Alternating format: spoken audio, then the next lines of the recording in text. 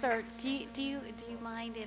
Yes, I do mind. I came here this evening to ask questions. I'm sure the other gentleman did as well. And I know they did. If he got up and sooner, I- he'd be here instead of me. As So I I would am like the to ask my excuse me, question. sir. As I am the moderator, I would please ask you if I could just have one of the. Well, I would like to ask my question. That's why I If you came here just, this evening. that's fine. You've had two questions already.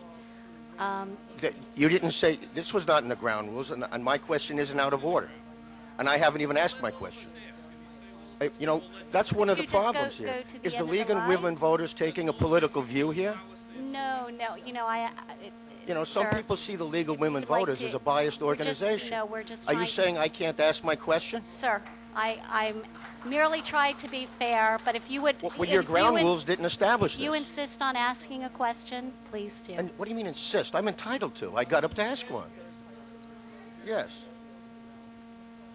To clarify for everybody, there are rules that are established to try to get everybody the opportunity to speak.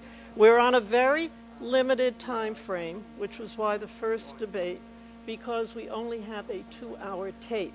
We have the privilege of taping this so the community at large can hear these questions and see the candidates, something that cannot happen in the normal course of things. The show's going to be over, man.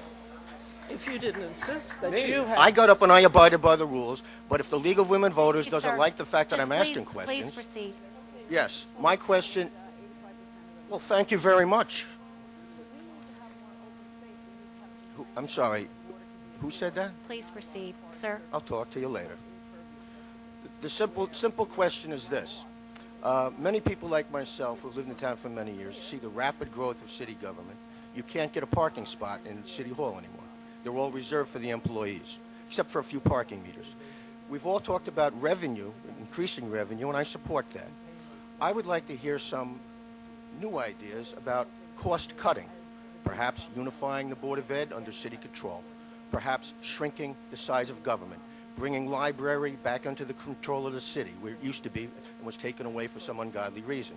Can you please propose to me some suggestions you would have, failing getting revenue, cost-cutting measures that you can institute in the city to save me some tax dollars? That question didn't hurt, did it? Thank you. Mr. Stowe. Well, that's a pretty long question.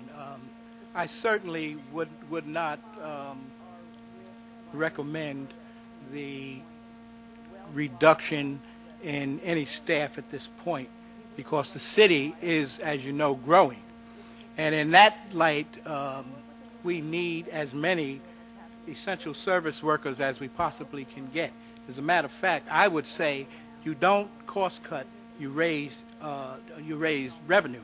And we can raise revenue through our retail efforts, which are consistently going on. We do have, people won't talk about it, but we do have some retail on Palmer Avenue that wasn't there, and that does, in fact, generate revenue. There is 140,000 square feet sitting right down there on Huguenot that will be developed. Believe me, the developer is not going to leave 140,000 square feet empty. So we will be generating revenue as opposed to cost cutting.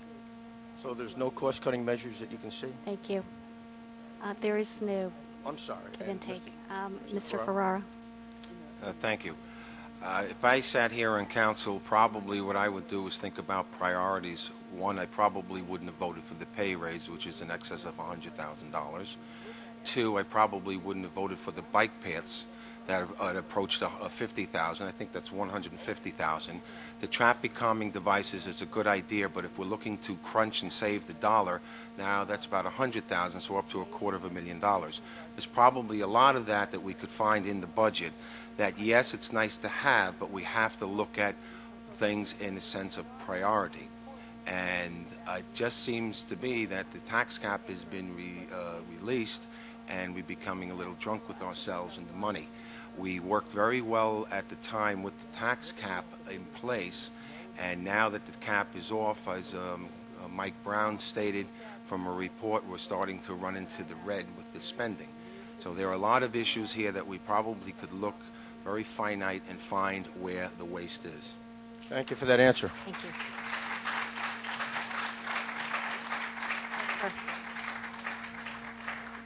Frankie Boyle, 126 Van Gilder Avenue. I'd just like to correct Mr. Stowe.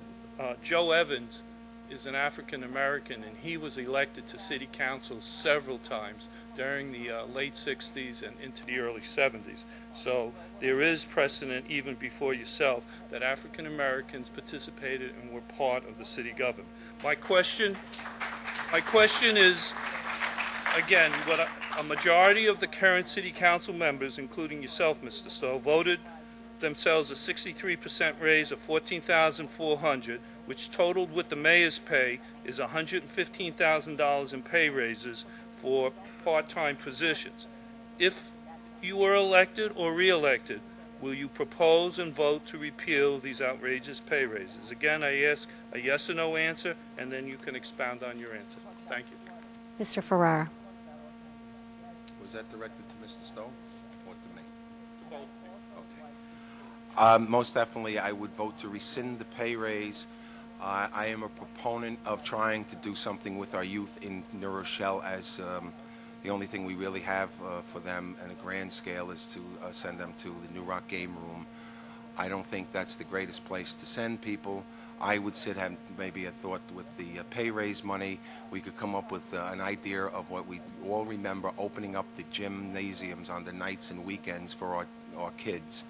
Possibly hire a police officer, put a youth bureau worker in, as well as work studies from the College of New Rochelle and Iona College, and start giving the children, the kids, someplace to go. I don't know if that's the answer, but I don't think it's ever been tried.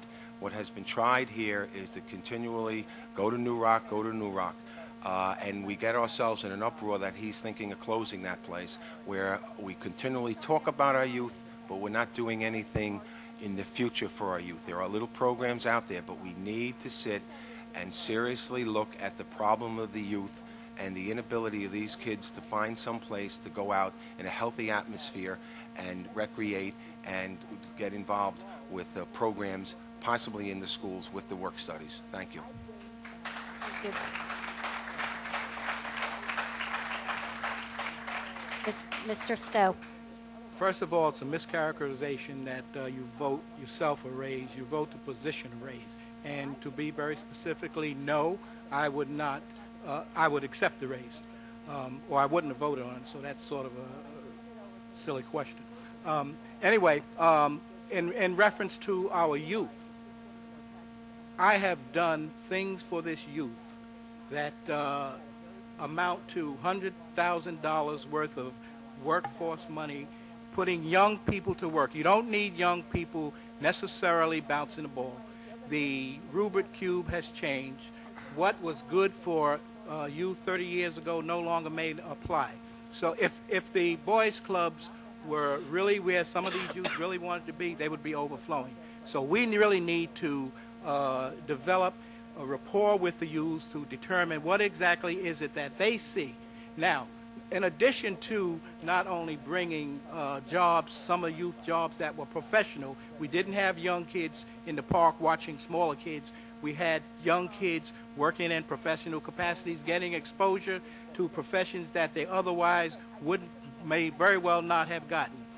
In addition to that, we did develop a development program, pre-apprenticeship construction program, and we have 25 or so young men who are now making life, career sustaining wages, and they are not on welfare. Thank you. Thank you.